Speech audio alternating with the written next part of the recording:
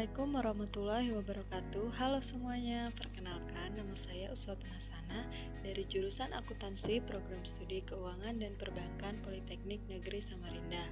Nah, pada kesempatan kali ini saya akan membahas mengenai hak atas kekayaan intelektual atau yang biasa disebut dengan HAKI. Langsung saja kita simak videonya ya. Nah, yang pertama ada perangkat hukum di bidang HAKI. Pengaturan hukum di bidang HAKI terdapat dalam 1. Undang-Undang Republik Indonesia Nomor 28 Tahun 2014 tentang Hak Cipta. 2. Undang-Undang Republik Indonesia Nomor 13 Tahun 2016 tentang Paten. Dan 3. Undang-Undang Republik Indonesia Nomor 20 Tahun 2016 tentang Merek. Pengertian dan pengelompokan HAKI. HAKI atau hak atas kekayaan intelektual adalah padanan kata yang biasa digunakan untuk IPR atau Intellectual Property Right. Secara substantif, pengertian HAKI dapat diuraikan sebagai hak atas kekayaan yang timbul atau lahir karena kemampuan intelektual manusia.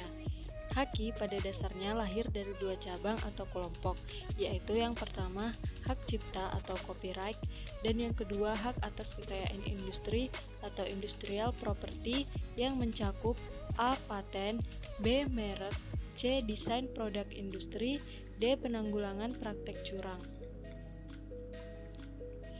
Objek HAKI yang pertama ada hak milik industri. Objek paten adalah penemuan di bidang teknologi. Objek paten sederhana adalah penemuan sederhana di bidang teknologi. Objek merek adalah karya-karya yang berupa tanda yang dibuat untuk membedakan barang-barang produk satu dengan lainnya.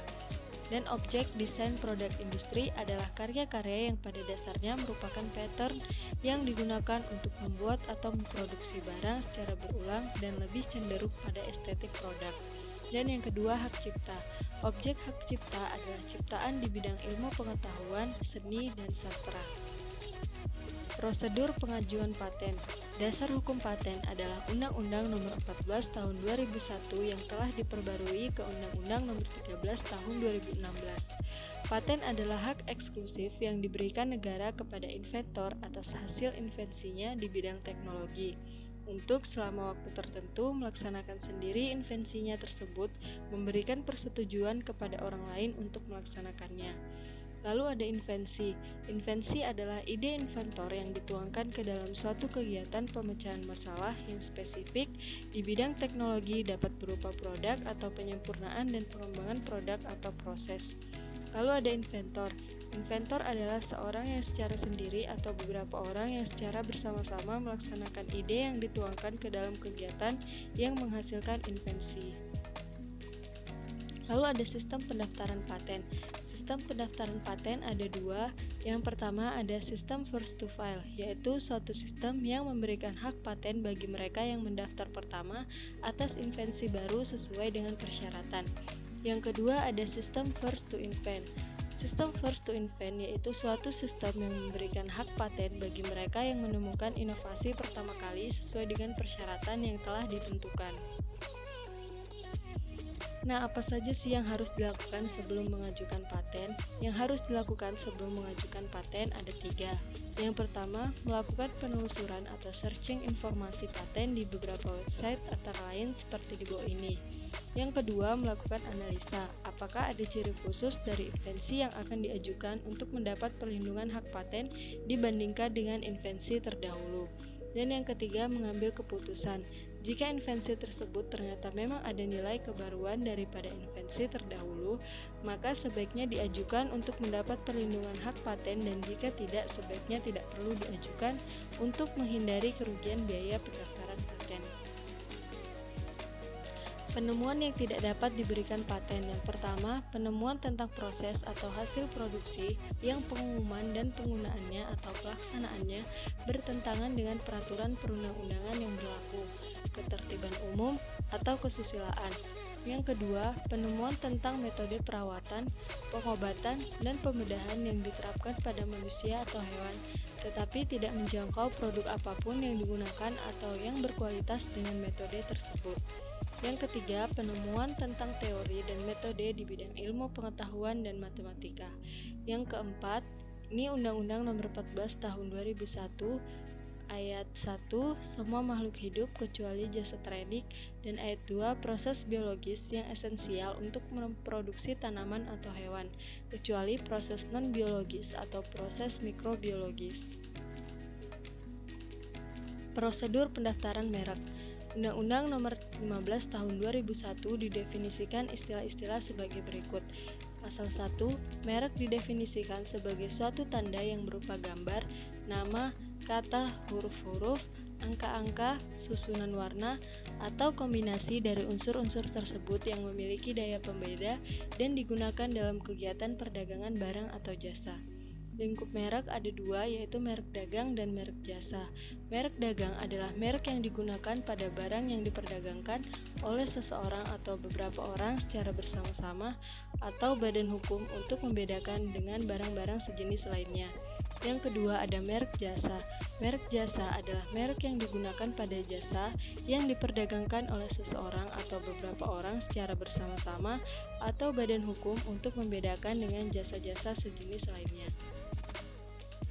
Lalu ada pemeriksaan formalitas. Pemeriksaan yang pertama dilakukan oleh kantor merek terhadap permintaan pendaftaran merek adalah kelengkapan persyaratan yang meliputi A. Pemeriksaan atas kelengkapan pengisian formulir pendaftaran merek. B. Pemeriksaan lampiran.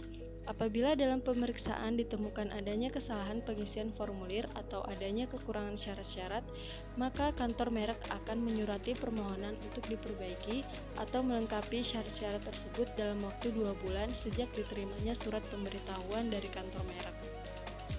Lalu ada pemeriksaan substantif. Yang dimaksud pemeriksaan substantif meliputi 1. Pemeriksaan mengenai merek yang dimintakan pendaftaran. 2. Pemeriksaan pendaftaran merek berdasarkan persamaan pada pokok maupun pada keseluruhan merek orang lain yang sudah didaftarkan terlebih dahulu untuk barang-barang sejenis dalam satu kelas.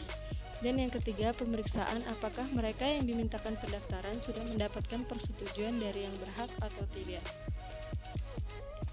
Hal-hal yang menyebabkan permintaan merek ditolak.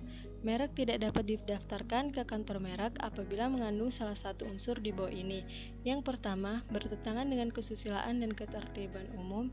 Yang kedua, tidak memiliki daya pembeda. Yang ketiga, telah menjadi milik umum. Yang keempat, merupakan keterangan atau berkaitan dengan barang atau jasa yang dimintakan pendaftarannya. Dan yang kelima, mempunyai persamaan pada pokok atau keseluruhannya dengan merek milik orang lain yang sudah terdaftar terlebih dahulu. Lalu ada jangka waktu perlindungan merek. Merek yang terdaftar mendapat perlindungan hukum untuk jangka waktu 10 tahun dan berlaku sejak tanggal penerimaan pendaftaran merek yang bersangkutan.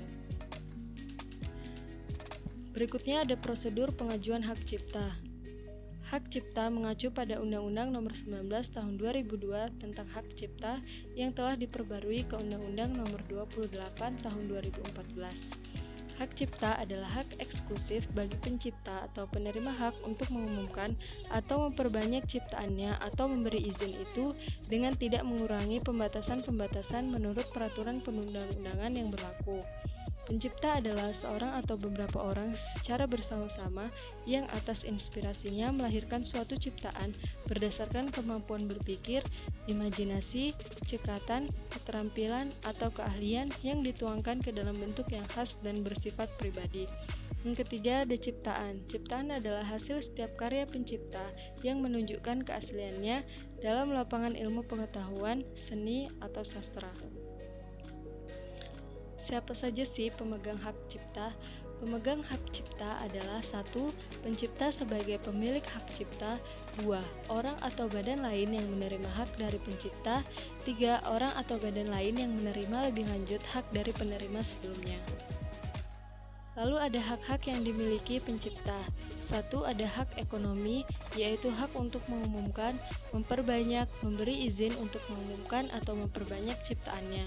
Yang kedua ada hak moral, yaitu bahwa hak moral ini tidak dapat dialihkan kepada orang atau badan lain, karena pencipta tetap melekat pada ciptaannya, sehingga terdapat hubungan yang erat antara pencipta dengan ciptaannya.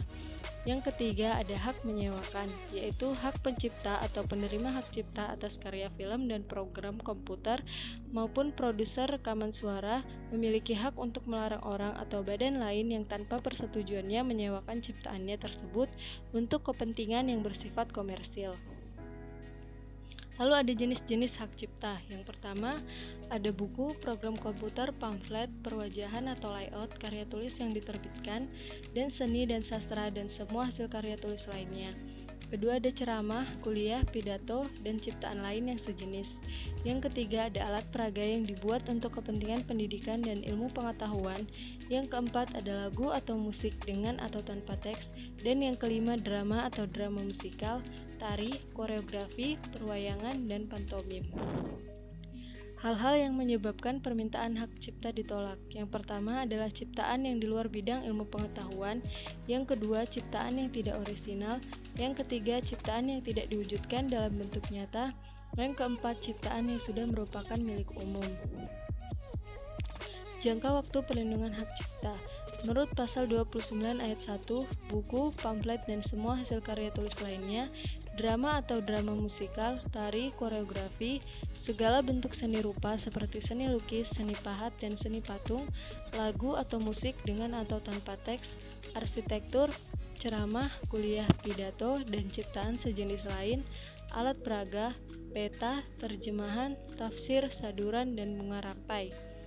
Untuk semua hak cipta tersebut yang saya sebutkan tadi, perlindungan hukumnya berlaku selama hidup pencipta dan terus berlangsung hingga 50 tahun setelah pencipta meninggal.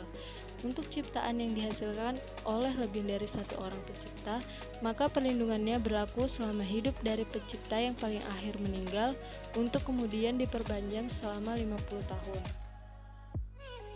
Berikut ini ada pelanggaran hak cipta. Suatu pelanggaran terhadap sebuah karya ciptaan terjadi apabila yang pertama, terjadi pengeksploitasian atau pengumuman, penggandaan, dan pengedaran untuk kepentingan komersial sebuah karya cipta tanpa terlebih dahulu meminta izin atau mendapatkan lisensi dari penciptanya atau ahli warisnya, termasuk di dalamnya tindakan penjiplakan. Yang kedua, ada peniadaan nama pencipta pada penciptaannya. Yang ketiga, penggantian atau perubahan nama pencipta pada ciptaannya yang dilakukan tanpa persetujuan dari pemilik hak ciptanya. Dan yang keempat, penggantian atau perubahan judul sebuah ciptaan tanpa persetujuan dan dari penciptanya atau ahli warisnya. Nah, sekian apa yang bisa saya sampaikan mengenai haki. Kurang lebihnya mohon dimaafkan. Wassalamualaikum warahmatullahi wabarakatuh. Terima kasih.